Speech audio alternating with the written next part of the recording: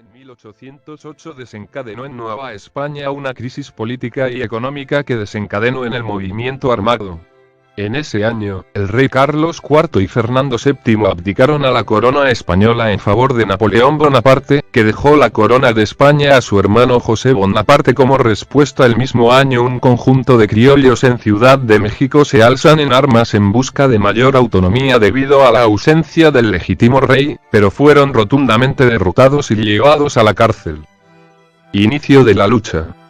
En 1810, los conspiradores de Querétaro optaron por tomar las armas el 16 de septiembre en compañía de los habitantes indígenas y campesinos del pueblo de Dolores, Guanajuato, convocados por el cura Miguel Hidalgo y Costilla. Con ayuda de presos que liberaron de la cárcel, los insurgentes capturaron al delegado Rincón y se dirigieron al atrio de la parroquia del pueblo.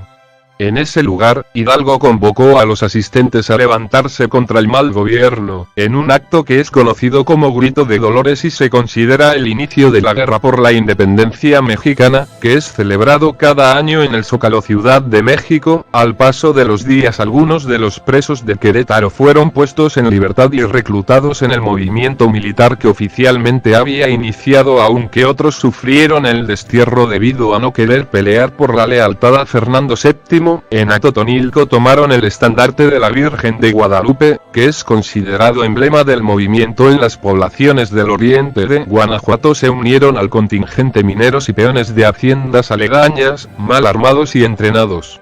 Cuando llegaron a Celaya el 21 de septiembre de 1810, los insurgentes podrían haber sumado 20.000 hombres.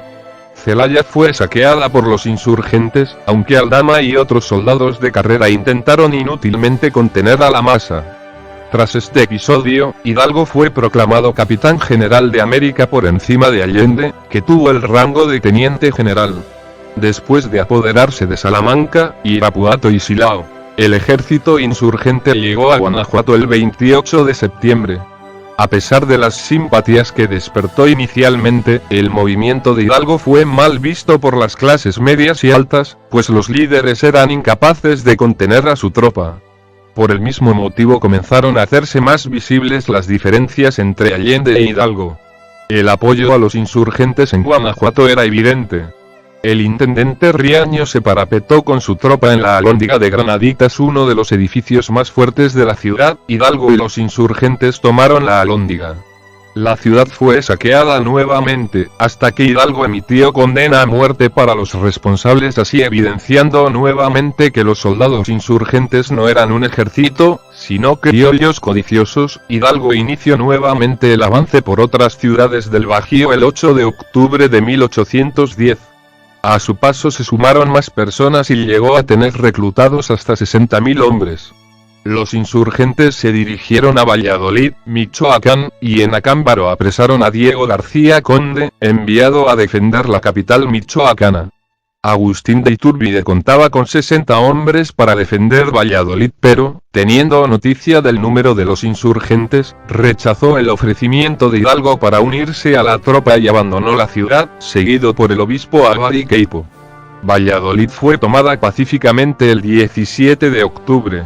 Los insurgentes avanzaron hacia el Valle de México. Para hacer frente a la rebelión, el destacamento de Torcuato Trujillo realizó reconocimientos en el área de Ixtlahuaca, pero ante el avance del numeroso ejército de Hidalgo, decidió reforzar a Mendívil en Lerma y el puente de Atengo. Los rebeldes avanzaron por Santiago Tianguistenco. El 30 de octubre de 1810 los insurgentes derrotaron a los españoles en la batalla del Monte de las Cruces, gracias a la estrategia de Abasolo, Jiménez y Allende. Al día siguiente Jiménez y Abasolo fueron enviados a una negociación fallida con el virrey, que se negó a capitular ante la inminente llegada de refuerzos. Hidalgo optó por volver a Valladolid, decisión que tensó más la relación con Allende y provocó la deserción de la mitad de la tropa. En el camino a Valladolid, los realistas comandados por Félix María Calleja atacaron a los insurgentes en Aculco. La derrota de estos últimos debilitó al contingente por las deserciones, la toma de prisioneros y la pérdida de armamento. Tras la derrota, los insurgentes se dividieron en dos contingentes. Allende marchó con la mayoría a Guanajuato y el resto siguió a Hidalgo hacia Valladolid. Hidalgo se dirigió hacia Guadalajara y no a Guanajuato, como había acordado con Allende. La relación entre ambos se debilitó aún más, pues Allende pensaba que Hidalgo se estaba dejando llevar por la plebe y había olvidado a Fernando VII. Cabe recalcar que Allende peleaba por Fernando VII a diferencia de Hidalgo, quien peleaba por la independencia del virreinato. Mientras tanto, Hidalgo seguía en Guadalajara. La intención de Hidalgo era conformar un órgano de gobierno. Con tal propósito nombró a Ignacio López Rayón como ministro de Estado y a José María Chico como ministro de Justicia. Como jefe de este órgano, Hidalgo dispuso la abolición de la esclavitud en el territorio de Nueva España el 6 de diciembre de 1810, sembrando la semilla para lo que más de 40 años después desencadenaría una guerra contra Estados Unidos. Ante la inminente llegada de las tropas realistas de Calleja y de José de la Cruz, se celebró una junta de guerra. Allende y Hidalgo propusieron estrategias distintas, pero la decisión final fue de Hidalgo, quien dispuso que Ruperto Mier saliera a detener a las tropas de José de la Cruz. Sin embargo, Mier fue derrotado en Urepetiro por el regimiento de Pedro Celestino Negrete. Los insurgentes fortificaron el puente de Calderón y allí se encontraron con el contingente realista al mando de Manuel de Flon y Félix María Calleja.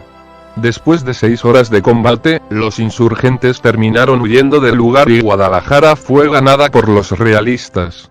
Los insurgentes se movilizaron a Aguascalientes. El 21 de marzo de 1811 apresaron a Hidalgo, Allende, Aldama y Jiménez junto con otros miembros más de la insurgencia entregados por Ignacio Elizondo, un realista texano que fingió querer unirse a sus filas hasta que dio con Hidalgo y otros líderes insurgentes traicionándolos y entregándolos en Acatita de Baján, Coahuila. Los presos fueron fusilados en Monclova y Chihuahua.